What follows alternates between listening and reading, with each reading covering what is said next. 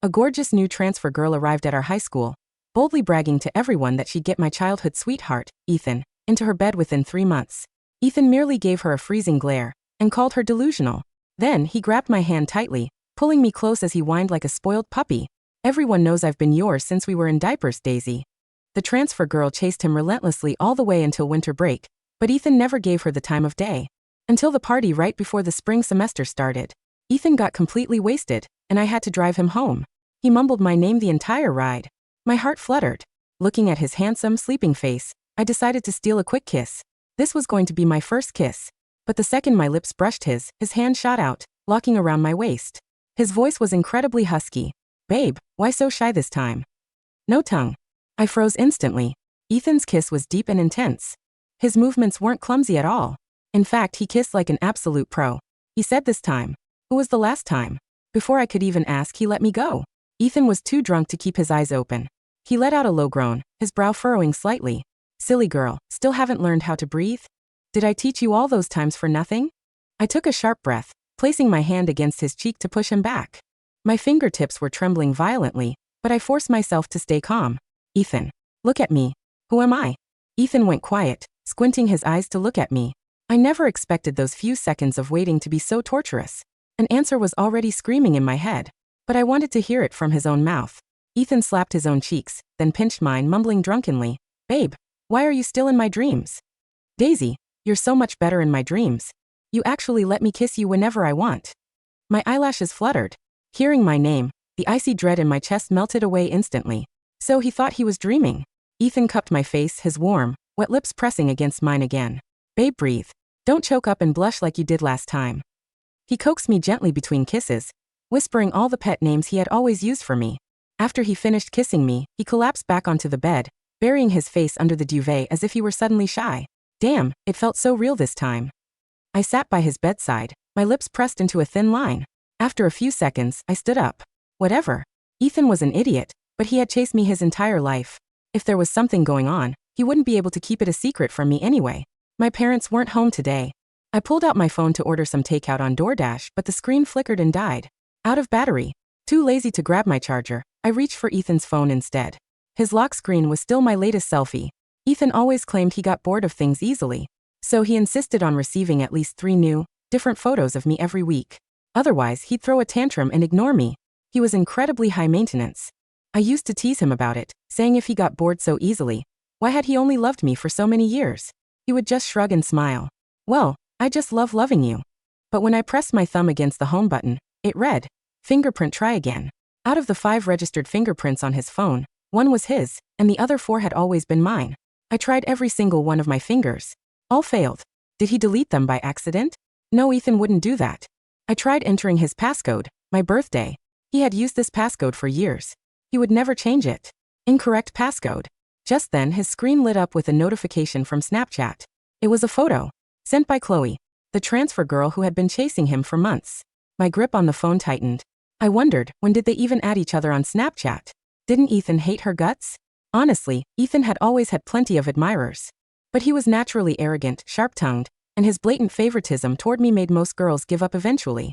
Chloe was the only one who had persisted this long. She was also the only one who could genuinely piss Ethan off.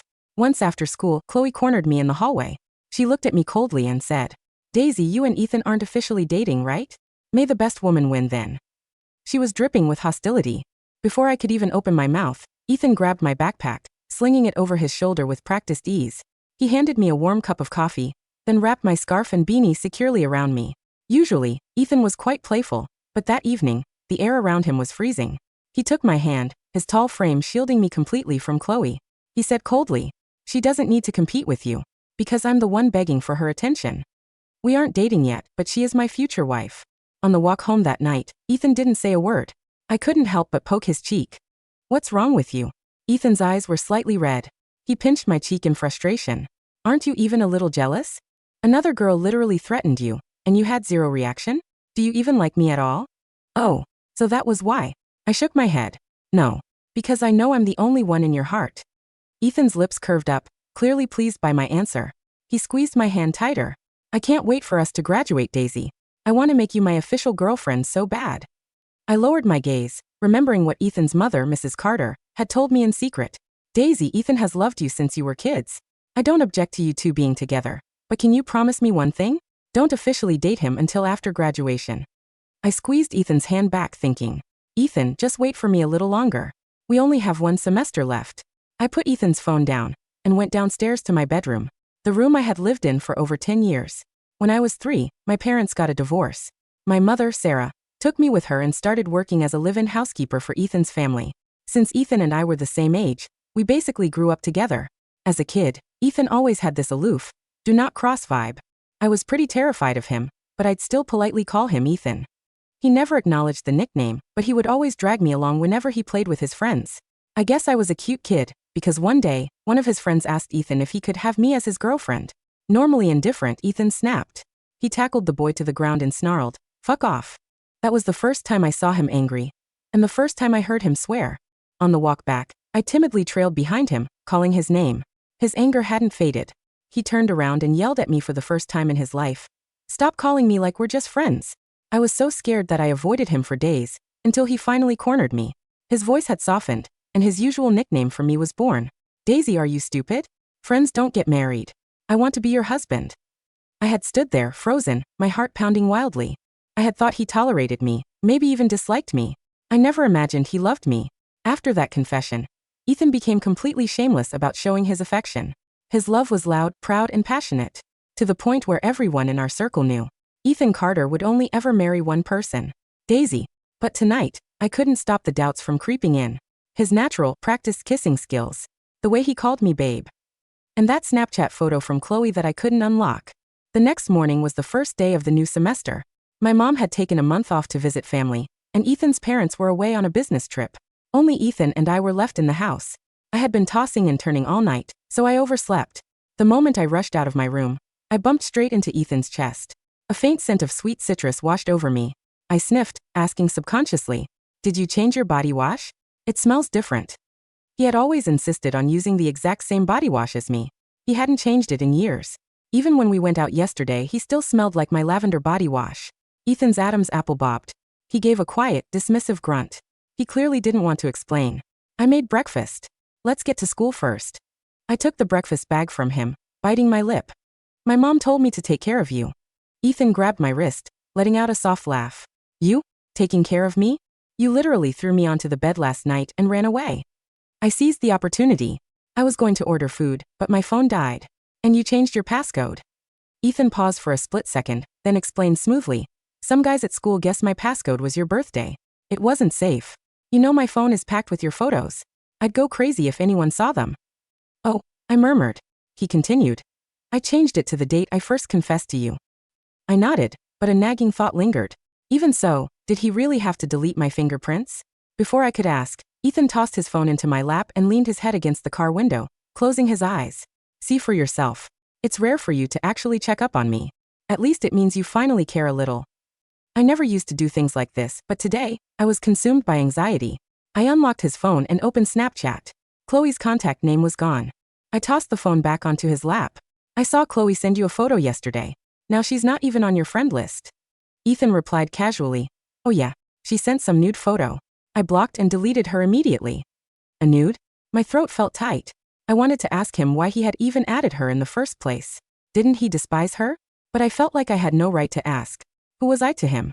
Everyone else thought I was being dramatic, playing hard to get when Ethan was practically worshipping the ground I walked on. But Ethan's mother had taken my mom and me in when we had nothing. We owed her everything. Since she asked me to wait until graduation, I was going to keep my promise. Besides, it was only a few more months. We would be together soon anyway. "Daisy," when I accepted her request, "I didn't know it was her account," Ethan said, showing me his lock screen. His eyes were warm and sincere. It just disgusted me. She doesn't have a fraction of my Daisy's cuteness. Once we reached the classroom, Ethan sat next to me as usual. He smoothly unpacked my favorite snacks, new stationery, and various little things I might need from his backpack. He had always taken care of me with this level of meticulous detail. Chloe was the last to enter the classroom.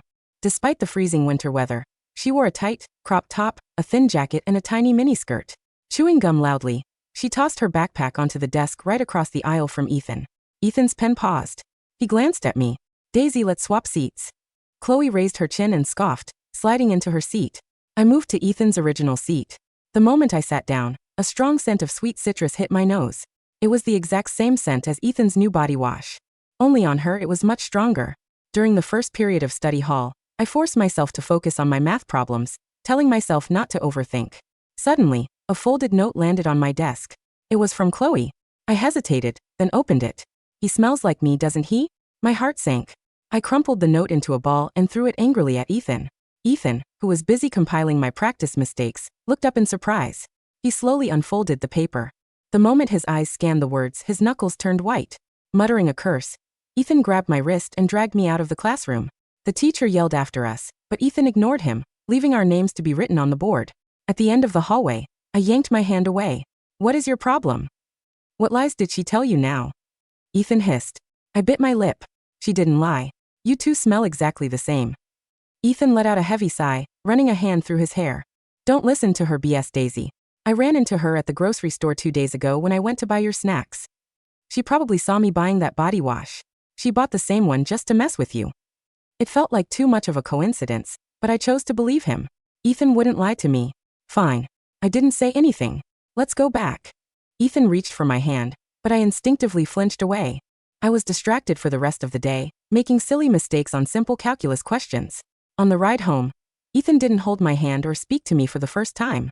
Usually, the walk from the classroom to the parking lot was his prime time to whine and cling to me. I actually loved listening to his endless chatter. It was such a contrast to his cold, arrogant persona in public. It was cute. But today he just kept staring at his phone. With his long legs and wide strides, he completely forgot to slow down for me, leaving me trailing far behind. I clutched my backpack straps and jogged to keep up. That night, Ethan brought a mug of warm milk to my room. He leaned against the doorframe, watching me drink it. Then, tossing his messy hair back, he smiled softly. "Can I have a hug?" I nodded. Since we had already kissed last night, a simple hug didn't seem like too much. I walked over and stepped into his arms. But the scent that filled my nose wasn't the citrus from earlier. It was my lavender body wash. Hadn't he changed his body wash? Suddenly, Ethan's phone buzzed in his pocket. He glanced at the screen. Immediately, he let go of me and walked out without looking back. "Sleep well, babe." I stood frozen in the middle of the room. The mixed scent of lavender and citrus hung heavy in the air, suffocating me. Right before bed, I received a Snapchat friend request. The profile picture was Chloe. "Remember what I said 3 months ago? I did it. I tested him out for you first. Ethan is an absolute beast in bed." The blue light of the phone screen illuminated my dark bedroom, casting sharp, cold shadows against the floral wallpaper I had stared at for over a decade. My thumb hovered over the screen. Chloe's message was a clean, digital print, but it felt like a heavy, physical blow to my chest. "Remember what I said 3 months ago? I did it. I tested him out for you first. Ethan is an absolute beast in bed." Beneath the text was an attached media file, a short video already loaded.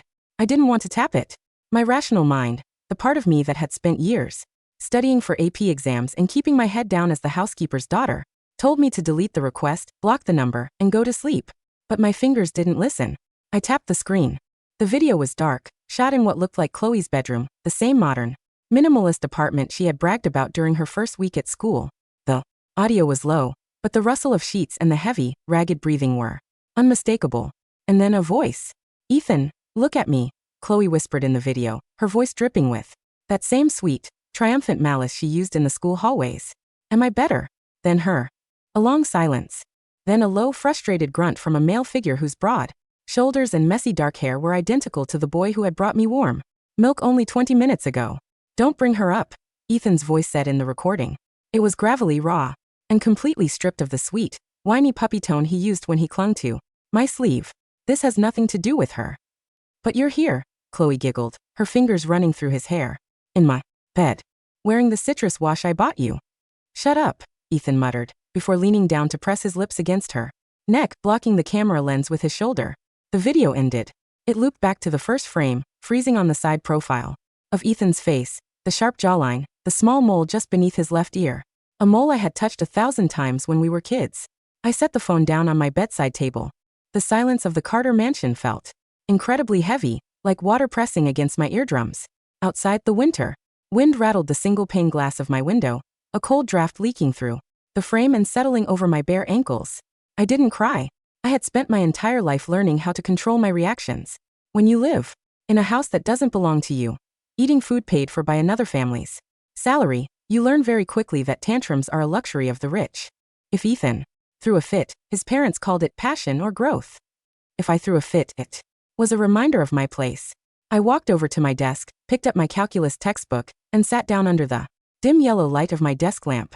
I had a test tomorrow. I had a future to build. And unlike Ethan, I didn't have a safety net of a multi-million-dollar family trust to catch me if I fell. At 6:30 a.m., the kitchen was already filled with the smell of freshly brewed coffee and toasted sourdough. My mother, Sarah, was standing by the industrial-grade stove, her hair tied back in a neat hairnet, her apron spotless. She was humming a soft, old tune from her childhood, looking smaller and older than she had the year before. "Daisy, you're up early," she said, offering me a warm smile as I walked in. "I made your favorite blueberry pancakes. Go sit in the dining room with Ethan. I'll bring them out." "Thanks, Mom," I said, my voice steady as I kissed her cheek.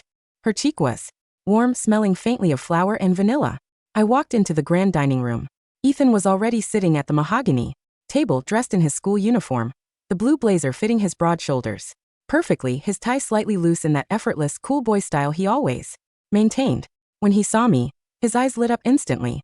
He slid the chair next to him out, patting the leather cushion. "Daisy here," he whined softly, reaching out to grab my hand the second I got close. "You slept late. I was going to go wake you up, but your mom said you were studying until 3. His fingers were warm, wrapping tightly around mine. He leaned his head against my shoulder, inhaling deeply. "You still smell like lavender," he murmured, his voice husky from sleep. "It's my favorite." I looked down at his dark hair. The scent of sweet citrus was completely gone, replaced by the familiar lavender body wash he must have scrubbed himself with this morning before coming down. How many times had he washed his skin to make sure I wouldn't smell her on him? "Ethan," I said, my voice carrying a quiet, flat calm. "What was the date of your first confession to me?" Ethan's body tensed for a microsecond before he relaxed, letting out a soft laugh as he looked up at me, his eyes warm and crinkling at the corners. "Why are you asking that suddenly? Are you testing me?" "Just curious," I said, pulling my hand gently out of his grip to reach for the orange juice. "You said you changed your passcode to that date." "Oh," he said, his smile remaining perfectly intact. "It's November 12th, the day of the middle school autumn festival. Don't tell me you forgot?" November 12th. I felt a cold sensation in the pit of my stomach. November 12th was the day his friend had asked me to be his girlfriend, and Ethan had tackled him to the ground. But his actual confession, the one where he had cornered me in the hallway and said, "Friends don't get married. I want to be your husband," had happened on November 15th. He had lied about the passcode. He hadn't changed it to the date of his confession. He had changed it to a date he knew I would easily believe, while the actual passcode was something else entirely. Probably her birthday. "I have to go to the restroom," I said, standing up before my mother could bring the pancakes out. "Daisy, don't be long," Ethan called out behind me, his tone playful. "We have to leave in 10 minutes. I walked down the long, carpeted corridor toward the guest bathroom on the ground floor. But instead of entering, I slipped into the study, the quiet, wood-paneled room where Ethan's father kept his legal documents and where Ethan often did his homework. His backpack was resting on the leather sofa. I zipped open the front compartment, pulled out his phone, and stared at the lock screen, my latest selfie, smiling in the snow. I entered Chloe's birthday, October 24th. Click. The lock screen dissolved, revealing his home screen. It was a photo of us from last summer, sitting on the pier with ice cream cones, looking completely, blissfully in love. My fingers didn't shake as I opened his messaging apps. The chat with Chloe was deleted, just as he had said. But in the archived section of his hidden folder, locked behind the same October 24th passcode, was a long, continuous thread of messages spanning the last 3 months. I scrolled to the top. Chloe, November 3rd. "You look so hot in the gym today, Ethan. Too bad your little housekeeper's daughter was there to ruin the view." Ethan, November 3rd. "Don't talk about her." Chloe, November 4th. "Or what? You'll tackle me like you did that kid in middle school? I'd love to see you try." I scrolled further down, past dozens of messages where Chloe teased him, pushed his boundaries, and sent photos. Ethan's replies were short, cold at first, but as the weeks went on, they became more frequent. Ethan, December 12th. "She won't date me until graduation. Her mom made her promise." Chloe, December 12th. "Because she doesn't love you like I do. She's just using you for a free house and a free future. If she really wanted you, she wouldn't make you wait." Ethan, December 14th. "Shut up." Chloe, December 14th. "Come over tonight. I bought that citrus wash you liked. I'll make you forget about the promise." The messages on December 14th ended with a text from Ethan. I'm outside. Open the door. I stared at the screen, the white letters burning into my eyes. The winter break. The 2 weeks where Ethan had claimed he was busy helping his father with the family's investment firm, had been spent in Chloe's apartment. Had used her to satisfy the physical urges he had spent years suppressing, all while maintaining his pristine, devoted mask in front of me and his family. He wanted the security and purity of his childhood sweetheart, and the excitement and release of the transfer girl. He wanted both. A soft click at the door made me freeze. I quickly slipped the phone into my blazer pocket, adjusted my skirt, and turned around just as the door opened. It was Mrs. Carter. Mrs. Carter was a woman of immense elegance.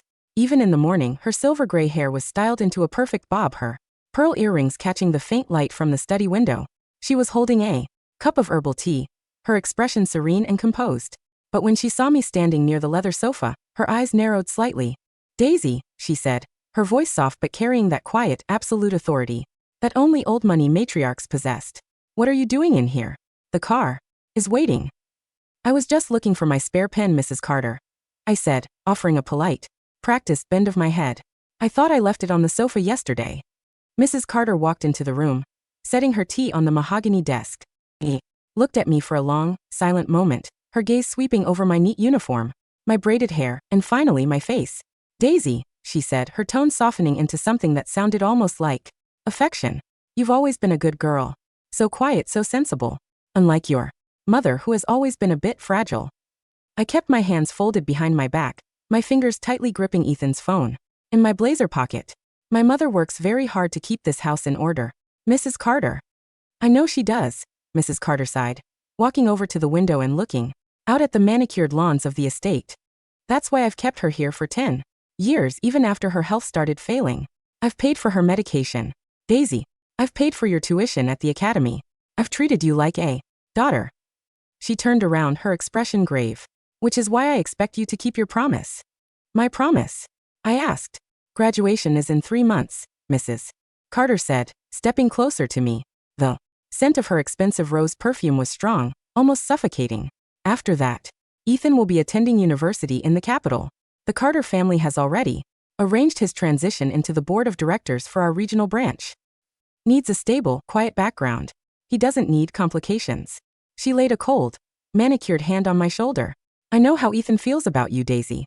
He's young, he's passionate, and he's always been obsessive about his toys. But you must understand, a childhood sweetheart is a lovely memory, but a wife is a business partner. If you want to remain in this house, if you want your mother's medical bills to continue being covered by our family trust, you must know your place. The threat was subtle, wrapped in velvet and delivered with a sweet maternal smile. She wasn't trying to protect my purity by telling me to wait until graduation. She was trying to protect her son from marrying the housekeeper's daughter. Was hoping that during his university years in the capital, Ethan would naturally drift away from me, find a girl from his own circle, and leave me behind as a pleasant, forgotten chapter of his youth. And all the while, she had no idea that her pristine, perfect son was currently sneaking into a high-rise apartment every weekend to sleep with a transfer student. I understand, Mrs. Carter, I said, my voice entirely devoid of emotion. I've never forgotten my place. Good girl, she smiled, patting my shoulder before releasing me. Now go. Ethan is waiting.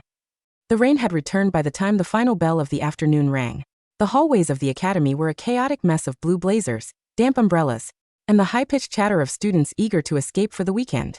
I walked slowly toward my locker, my backpack heavy on my shoulders.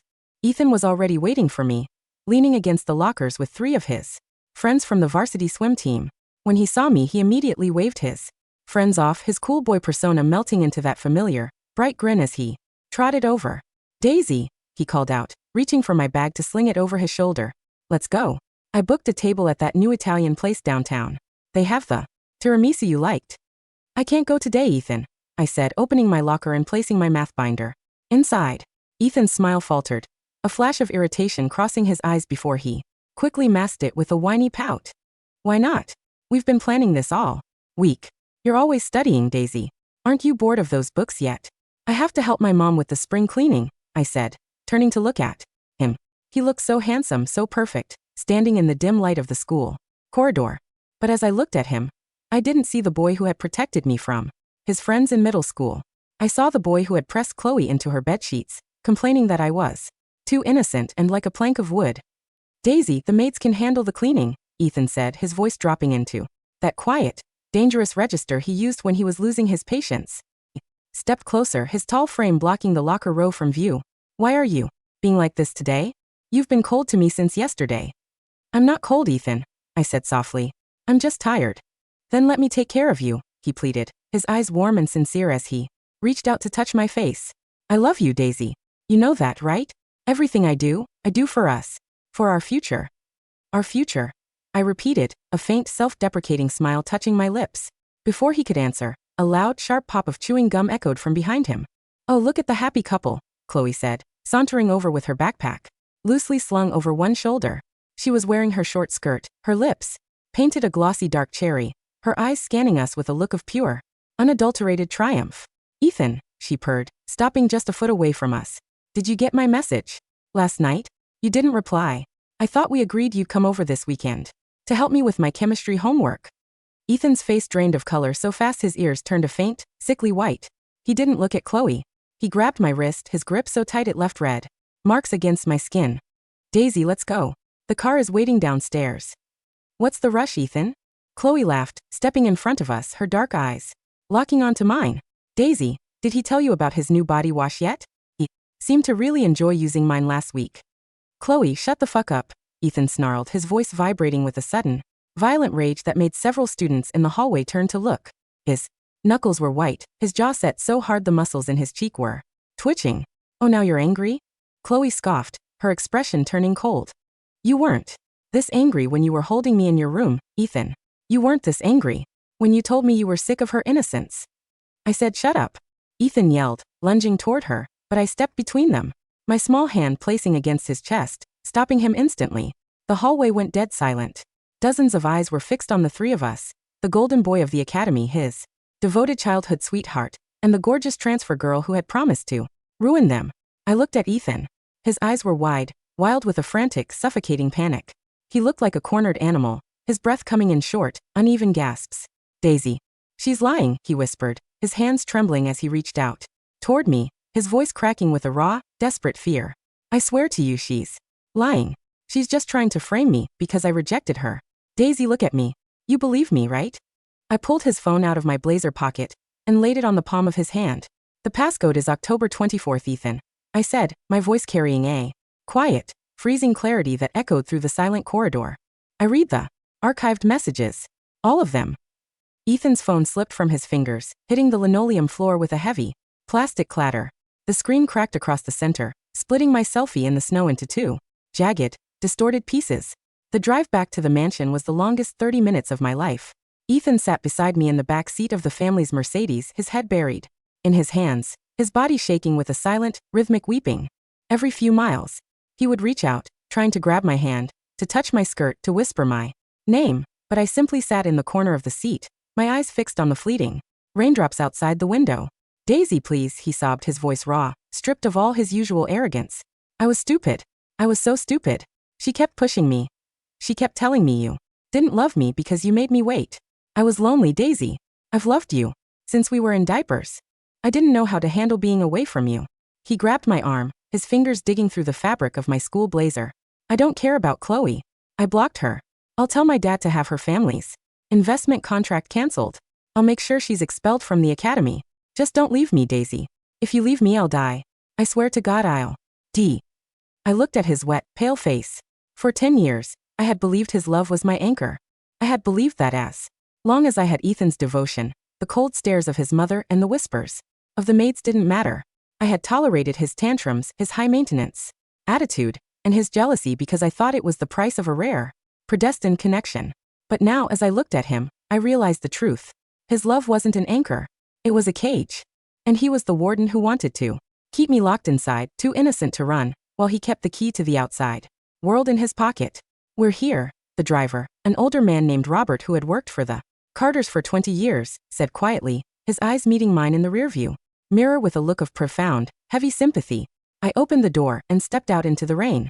The front foyer of the mansion was quiet, but my mother was already there, standing near the grand staircase with two large, worn-out cardboard boxes at her feet. She was wearing her old wool coat, her hair loose, looking pale but carrying a calm, unyielding dignity in her posture. "Mom," I asked, walking over to her. "Sarah." Ethan screamed, rushing through the door behind me, his blazer soaked with rain, his face wild. "What are you doing? Why are you packing? Daisy isn't going anywhere." My mother didn't look at Ethan. She looked at me, her eyes soft and wet with tears. "Mrs. Carter called me into her study 20 minutes ago, Daisy," my mother said, her voice quiet but steady. She said our services are no longer required in this house. She said we have until tonight to clear our things." "Mom, no." Ethan shrieked, running toward my mother, his hands waving frantically. "I'll talk to my mom. She can't do this. I'm the heir of this family. I'm the one who decides who stays." "You don't decide anything, Ethan." The cold, sharp voice came from the top of the grand staircase. Mrs. Carter was standing on the landing, wearing a dark silk dressing gown, her arms crossed over her chest. She looked down at her son with a look of profound, icy disappointment. "The academy's headmaster called me 10 minutes ago, Ethan," Mrs. Carter said, her voice echoing through the high-ceilinged foyer. "The scandal in the hallway has already leaked onto the school's digital portal. The Carter name is currently being dragged through the mud because of your disgusting, undisciplined behavior with that transfer girl." She pointed a finger at the double doors. "Your father has already arranged your transfer to a boarding school in Switzerland. You leave on Monday morning. And as for Sarah and her daughter," she looked at me, her eyes filled with a deep, boiling hatred. "They are leaving my house. Now, Mom, please," Ethan cried, dropping to his knees on the marble floor, his hands clutching the iron railings of the staircase. "Don't send me away. I love Daisy. I'll do anything. I'll marry whoever you want after university. Just let her stay." "Get up, Ethan," Mrs. Carter snapped, her tone disgusted. "You look pathetic." I walked over to my mother, picked up the heavier of the 2 cardboard boxes, and offered her my arm. "Let's go, Mom," I said softly. "Daisy, wait." Ethan screamed, scrambling up from the floor and running toward me. He grabbed my shoulder, his grip frantic, desperate. "You can't leave me like this. You promised you'd wait for me. You promised." I turned around slowly, my dark eyes looking directly into his. "The promise was based on a boy who loved me, Ethan," I said, my voice as quiet as the falling rain outside. "But that boy never existed. You were just an actor who forgot his lines." I gently peeled his fingers off my shoulder, turned on my heel, and walked out of the Carter mansion into the wet, cold afternoon, leaving the golden boy of the academy to collapse in his mother's grand, empty hall. 3 months later, the spring semester had finally come to an end. The cherry blossoms were blooming along the river walk of the capital city, their pink petals falling slowly like snow onto the wet asphalt. The air was warm, smelling of fresh grass and the clean, sweet scent of the upcoming summer. I sat on a wooden bench near the university library, a cup of hot chamomile tea in my hand. My mother and I had rented a small, sunny apartment in the old district. She was working as a part-time florist at a local botanical garden, her health slowly improving away from the damp, suffocating corridors of the Carter mansion. I had received a full scholarship to the Capital University's economics program, and my first term was set to begin in September. My phone buzzed on the wood beside me. It was an unknown number, but I recognized the regional code of the Swiss boarding school. I slid the screen open. There was no text message. There was only a photo, a shot of Ethan standing near a frozen lake in Geneva, wearing his school coat, looking thinner, older, and entirely alone in the snow. Beneath the photo was a single, typed sentence. "I'm still waiting for you, Daisy. I'll always wait." I looked at the screen for a long, quiet moment. I didn't feel anger. I didn't feel the sharp, twisting pain of betrayal that had kept me awake during those cold winter nights in the academy. The boy in the photo was a stranger to me now. He was just a shadow from a past that had already been washed away by the spring rain. I tapped the screen, clicked delete, and then permanently blocked the number. I stood up, adjusting my backpack on my shoulders, and began the walk back to our small, warm apartment. As I walked past the blooming cherry trees, a gust of wind caught my hair, blowing a few pink petals across my face. I reached out, catching one in the palm of my hand. It was soft, light, and smelled faintly of nothing but the clean, endless horizon ahead. I smiled, tossed the petal into the river, and kept walking, my steps light, my heart quiet, and my path finally, beautifully my own.